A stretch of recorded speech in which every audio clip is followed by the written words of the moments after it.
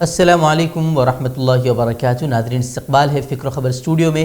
میں رضوان احمد ندوی ملکی اور عالمی اہم خبروں کے ساتھ آج کے خبرنامے میں دیکھیے، یو پی میں کانگریس کو لگا ایک اور بڑا جھٹکا۔ رامپور کے سوار ڈانڈا سیٹ سے امیدوار حیدر علی نے تھاما اپنا دل کا دامن۔ بی جے پی گٹھ بندھن کی طرف سے ہو سکتے ہیں عبداللہ اعظم کے خلاف امیدوار۔ جیل سے رہا ہونے کے بعد چھلکا عبداللہ اعظم کا درد، والد کے ساتھ جیل میں گزرے 23 مہینوں کو کیا یاد، مخالفین پر جم کر بولا حملہ۔ چین کی ایک اور نیچ کرتوت، اروناچل سرحد سے 17 سالہ ہندوستانی نوجوان کا کیا اغوا، بی جے پی لیڈر نے ٹویٹ کر دی جانکاری۔ کانگریس نے کہا وزیراعظم مودی کی بزدل خاموشی کا نتیجہ۔ یو پی الیکشن سے قبل بی جے پی رہنماؤں کو عوام کے غصے کا سامنا، بی جے پی امیدوار کرم سنگھ سینی کو گاؤں والوں نے دوڑایا۔ سرحد پر چین کی دراندازی کا سلسلہ بے خوف و خطر جاری ہے، جبکہ حکومت خاموش بنی ہوئی ہے۔ گزشتہ دنوں پل کی تعمیر کی خبر کے بعد چینی فوج کے ذریعے اروناچل پردیش کے ایک نوجوان کے اغوا کی خبر سامنے آئی ہے، جس نے حکومت کی خاموشی پر اپوزیشن رہنماؤں کے غصے کو مزید بھڑکا دیا ہے۔ راہل گاندھی نے اس معاملے کو سنگین قرار دیتے ہوئے کہا کہ یوم جمہوریہ سے کچھ دن قبل ہندوستان کے ایک نوجوان کو چین نے اغوا کیا ہے اور اس پر وزیر اعظم کی بزدل خاموشی ہی ان کا بیان ہے کہ انہیں اس سے کچھ فرق نہیں پڑتا ہے۔ وہیں بتا دیں کہ اروناچل پردیش سے لوک سبھا کے رکن پارلیمنٹ تاپر گاؤں نے دعویٰ کیا ہے کہ چین کی پیپلز لبریشن آرمی یعنی کہ پی ایل اے نے ریاست میں بھارتی علاقے کے اپر سیانگ ضلع سے 17 سالہ میرم ترون کا اغوا کر لیا ہے۔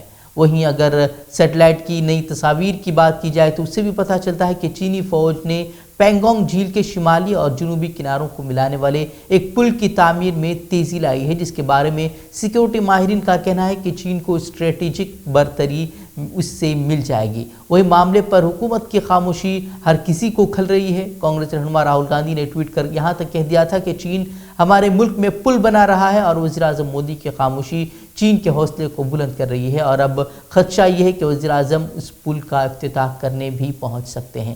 بتا دیں کہ سیکیورٹی اسٹیبلشمنٹ کے ذرائع نے بتایا ہے کہ پل جس رفتار سے تعمیر کیا جا رہا ہے اسے دیکھتے ہوئے اگلے چند مہینوں میں وہ استعمال کے لیے تیار ہو جائے گا۔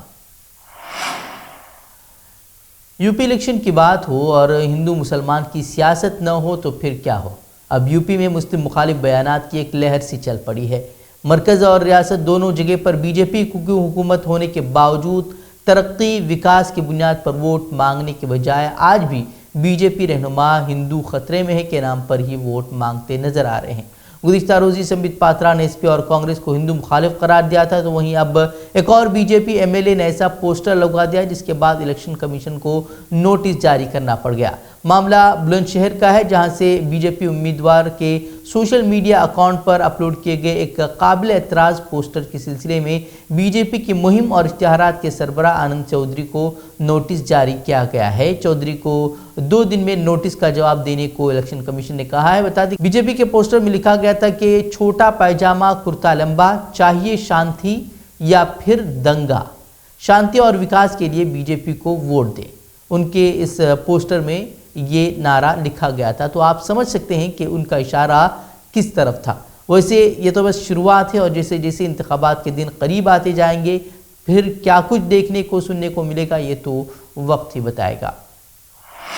کورونا کے بڑھتے معاملوں کے درمیان ویکسینیشن مہم میں تیزی لائی جا رہی ہے، لیکن اس دوران کئی ایسے واقعات بھی سامنے آ رہے ہیں جو حیران کرنے کے ساتھ ساتھ مضحکہ خیز بھی ہیں۔ یو پی میں الیکشن سے قبل ویکسینیشن مہم چلائی جا رہی ہے، لیکن یو پی کے بلیا سے ایک واقعہ سامنے آیا ہے جس کی ویڈیو بھی وائرل ہو رہی ہے، جسے خود سیاہ اہلکاروں نے ہی بنایا ہے، جس میں ایک آدمی کو ویکسینیشن سے بچنے کے لیے درخت پر چڑھتے ہوئے دکھایا گیا ہے۔ دوسری ویڈیو میں دکھایا گیا ہے کہ ایک شخص سیاہ اہلکار کے ساتھ ہی زمین پر کشتی کر رہا ہے۔ کیوں نہیں لگائیں گے آپ؟ کیوں نہیں لگائیں گے انجیکشن آپ؟ کیوں ڈر لگتا ہے؟ آپ نیچے اتریے، پہلے آئیے چڑھا کے لگا، اتارو اتارو اتارو، نیچے اترو، یہی کھڑے ہو، لاؤ ادھر چلو۔